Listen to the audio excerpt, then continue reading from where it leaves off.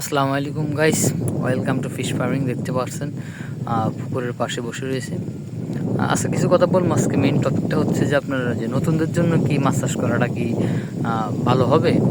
এই প্রশ্নের উত্তর হচ্ছে যে আপনার যদি আপনি যে জায়গায় মাছ চাষ করবেন ওই জায়গাটা যদি আপনার নিজের হয় তাহলে তো ভালোই, সেটা আপনি করতে পারেন। যদি অন্য জায়গায় যদি আপনি মাছ চাষ করতে যান বা আপনার ইনভেস্টমেন্ট যদি ভালো থাকে তাহলে আপনি করতে পারেন, যদি ক্যাশ ভালো থাকে।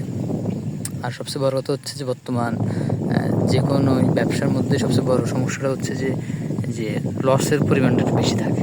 তার মধ্যে দেখতে পাচ্ছেন যে 24 সালে বন্যার কারণে কিন্তু আপনার অনেক প্রজেক্টরাই কিন্তু আপনার নষ্ট হয়ে গেছে।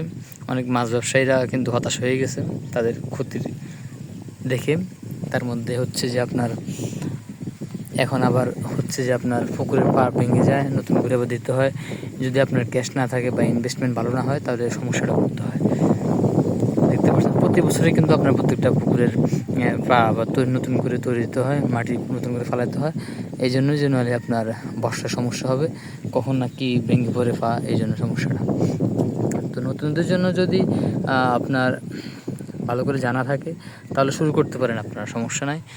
মোটামুটি লাভ আছে, নাই বললে যে কোনো ব্যবসায় তো লাভ বাদে তো চলে না। তো লাভ তো মোটামুটি আলহামদুলিল্লাহ থাকে।